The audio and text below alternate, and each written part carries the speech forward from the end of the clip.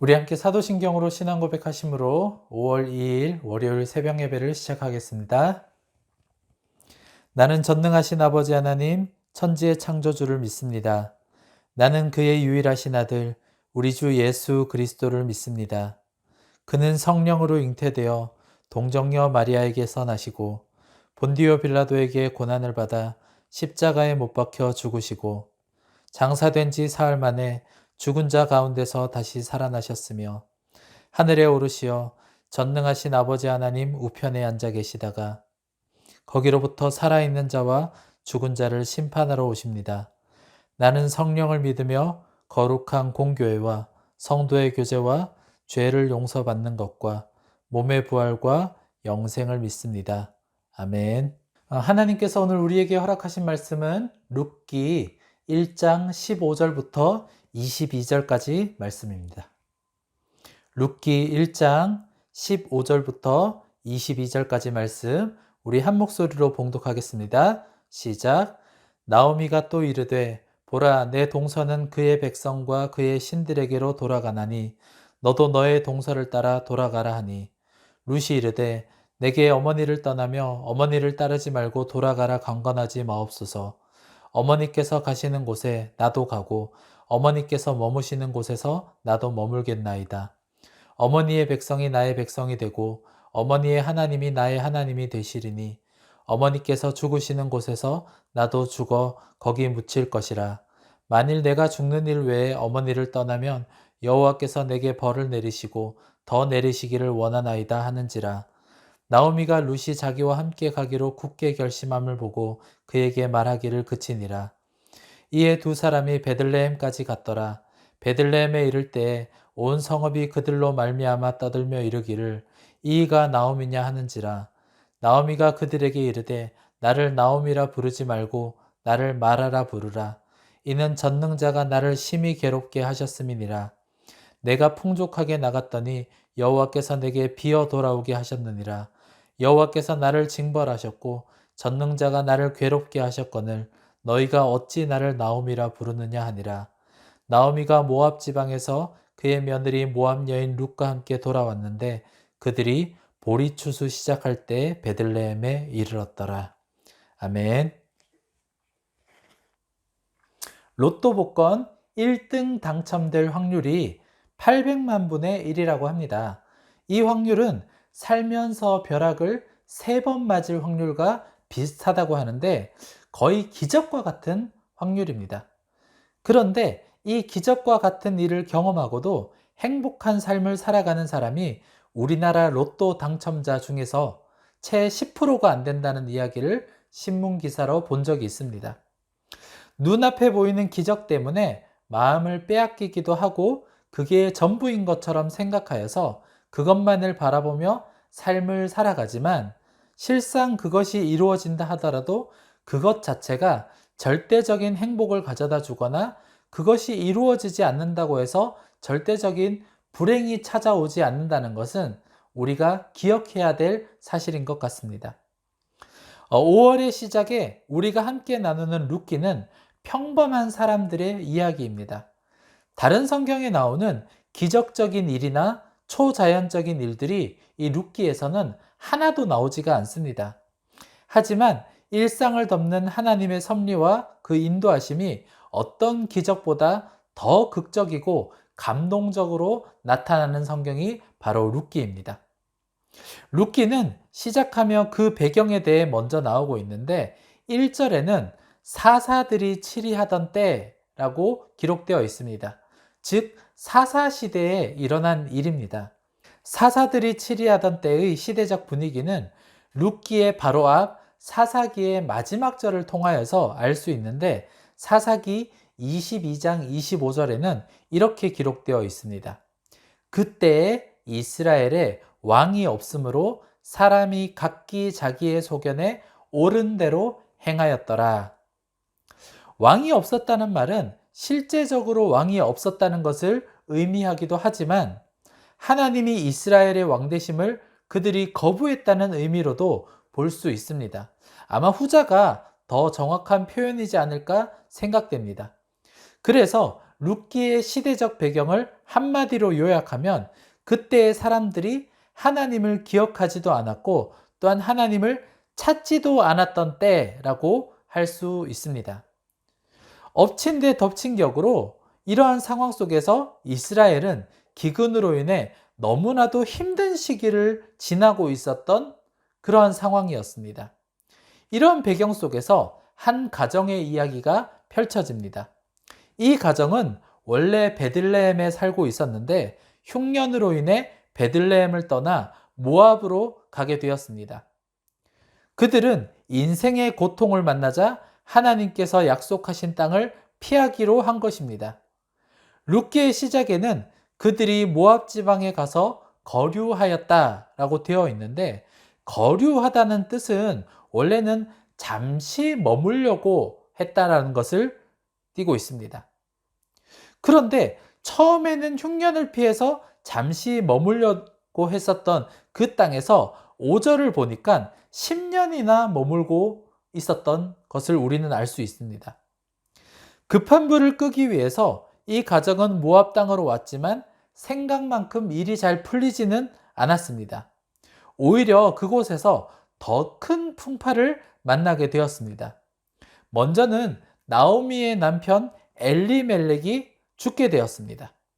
뿐만 아니라 그곳에 머무른 지 10년 정도가 되었을 때 모압 여인과 결혼을 하였던 이 나오미의 두 아들마저도 죽게 되었습니다. 당시 사회적인 분위기가 가부장적인 사회였기 때문에 가정의 남자가 다 죽었다는 것은 더 이상 소망이 보이지 않는다는 것을 의미합니다. 즉 절망이 더하여진 이런 상황 속에서 이 가정에는 어둠의 긴 터널, 이 긴 터널 중 한복판에 있게 되었음을 의미하는 것으로 볼 수 있습니다. 이러한 상황 속에서 룻기의 이야기는 이어집니다. 오늘 본문에서는 시어머니 나오미와 남편을 잃은 며느리 룻의 이야기가 펼쳐집니다. 비록 직접적인 언급은 없지만 본문을 통해서 나오미는 며느리 룻을 하나님의 사랑으로 돌보았다는 것을 추측해 볼 수 있습니다. 모압이라는 땅은 이방 땅이고 또한 우상 숭배로 잘 알려진 땅입니다. 그런데 이곳에서 자란 여인이 더군다나 자신의 땅에서 하나님에 대한 이야기를 전해 듣고 하나님을 경험하는 은혜를 입었다라고 하는데 이 일은 오직 나오미를 통해서만 이루어질 수 있는 일임을 우리는 짐작해 볼 수 있습니다. 어떤 상황이 이어졌는지 정확하게 알 수 없지만 룻은 시어머니를 따라 유다 땅으로 베들레헴으로 가는 것이 자신이 사는 길이라고 생각했던 것 같습니다. 비록 유다 땅으로 가면 지금 자신이 살고 있는 모압 땅에서 사는 것보다 여러 가지로 불편한 사항이 많이 생기게 되겠지만 룻은 시어머니 나오미를 따라 믿음으로 첫걸음을 내딛었습니다. 10년이 넘게 떠나온 고향 땅, 수일을 걸어 베들레헴에 도착한 나오미는 어떤 생각이 들었을까요? 더군다나 이방 여인 며느리를 데리고 이 베들레헴으로 돌아갔을 때 어떤 마음이었겠습니까? 아마도 만감이 교차하지 않았을까 생각됩니다. 나오미는 고향으로 돌아와 10년 만에 이전에 함께하던 사람들을 만나게 되었습니다. 그런데 나오미의 반응이 이상합니다. 나오미는 자신의 이름을 더 이상 나오미라 부르지 말라고 합니다. 나오미라는 뜻은 기쁨, 희락이라는 뜻을 가지고 있는데 현재 자신의 처지와는 너무나도 어울리지 않는다고 생각했기 때문입니다. 나오미라 부르는 대신에 자신을 고통, 괴로움의 뜻을 가지고 있는 마라라고 불러달라고 합니다. 인생의 주인이 하나님이심을 인정하는 삶이었긴 하지만 고통 속에서 그 의미를 찾기란 쉽지 않았던 것 같습니다. 그런데 1장의 마지막 절을 같이 한번 읽어보겠습니다. 오늘 본문 22절입니다. 같이 읽겠습니다. 시작. 나오미가 모압 지방에서 그의 며느리 모압 여인 룻과 함께 돌아왔는데 그들이 보리추수 시작할 때 베들레헴에 이르렀더라. 아멘. 얼핏 보면 별것 아닌 것처럼 보입니다.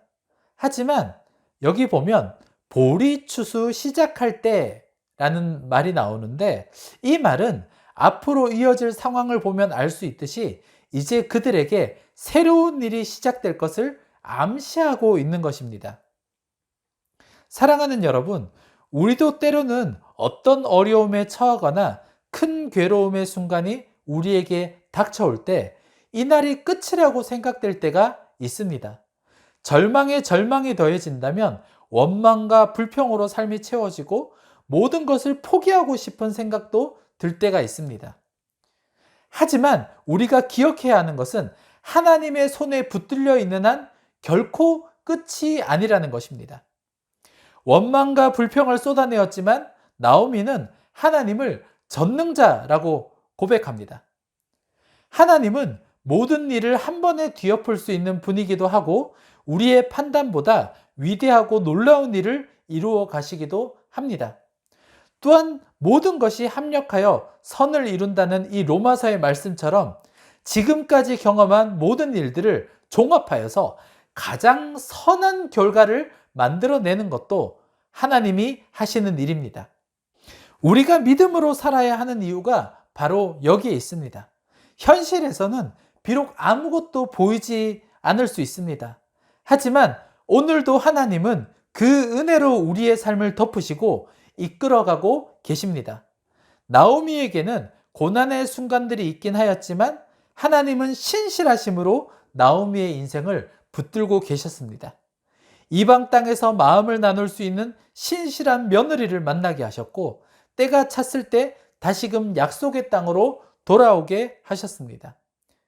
우리에게 주어지는 고난의 순간은 보통 우리의 잘못된 선택으로 펼쳐지지만 그럼에도 불구하고 하나님은 그 모든 순간에 우리의 삶을 붙들고 계심을 기억해야 합니다.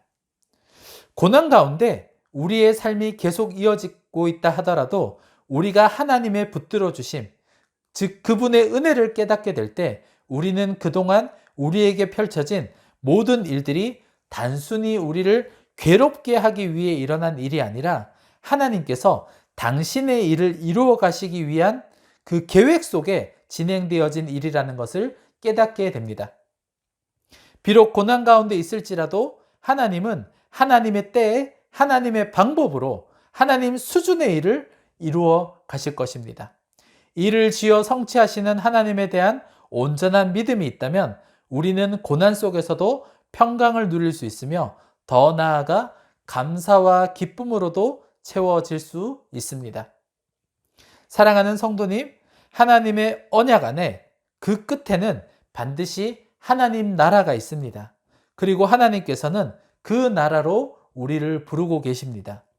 오늘의 상황이 결론이 아니라 하나님의 나라에 우리를 부르고 계신다는 것이 결론입니다. 오늘 우리의 인생은 나오미와 같은 고난의 삶 속에 있을 수도 있습니다.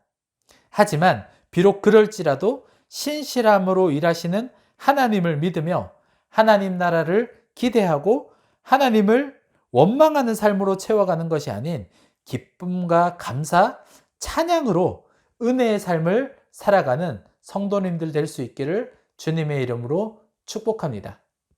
오늘도 하나님은 우리와 함께 하시고 우리가 어떤 고난 속에 있다 할지라도 반전의 역사를 써내려 가실 수 있는 전능자이심을 기억하고 하나님을 바라는 믿음으로 이 삶을 채워갈 수 있기를 주님의 이름으로 축복합니다. 기도하겠습니다. 우리의 모든 것을 풍성하게 채우시는 하나님, 2022년 새해를 맞이한 게 얼마 전인 것 같은데 벌써 5월을 맞이하였습니다. 여러 가지 일들로 어려움이 많았었지만 봄의 한복판에서 만물이 소생케 됨 같이 우리의 일상도 이제는 회복되고 있음을 느낍니다. 특별히 가정의 달로 지내는 5월, 다음 세대를 축복하고 부모의 사랑에 감사하며 우리의 모든 가정이 회복되는 은혜가 있게 하여 주시옵소서. 5월의 첫 새벽 예배, 오늘은 룻기의 말씀을 살펴보았습니다. 절망 가운데 있는 한 가정을 붙드시고 그 가정을 다시 일으키기 위한 하나님의 신실하심을 보며 하나님만이 우리의 소망이심을 다시 한번 깊이 생각해 보게 되었습니다. 혹여나 오늘 예배하는 자들 중 절망 속에 있는 자들이 있다면 오늘 이 말씀을 통해 신실하신 하나님의 일하심을 믿음으로 바라보게 하시고 희망을 품게 하여 주셔서 주님 주시는 새 힘으로 말미암아 힘차게 일어설 수 있는 귀한 은혜가 있게 하여 주시옵소서. 특별히 우리의 부대들 주의 손에 맡겨드립니다. 지난 시간 여러 상황으로 움츠려 있었지만 이제 5월을 맞이하며 그동안 진행하지 못하였던 훈련들을 하나씩 다시 시작하려고 합니다. 이 일들을 진행하는 여단장님과 참모부, 각 부대의 대대장님들과 지휘관과 간부들에게 지혜를 더하여 주셔서 모든 훈련들이 잘 진행될 수 있게 해 주시옵소서. 무엇보다 훈련이 안전하게 진행될 수 있기를 소망합니다. 진행되는 훈련 속에서 안전사고가 일어나지 않도록 지켜주시고 육체적으로 정신적으로 강인함이 더하여져서 더 멋지고 건강한 군대로 성장할 수 있도록 은혜 내려 주시옵소서. 청년의 시기 1년 반 정도의 군복무를 하고 있는 우리 용사들 훈련뿐만이 아니라 주어진 모든 환경 속에서 하나님께서 허락하신 시간들을 아름답게 보낼 수 있도록 지혜를 더하여 주시고 매 순간 주어지는 기회를 멋지게 붙들어서 온전한 모습으로 성장할 수 있도록 또한 붙들어 주시옵소서.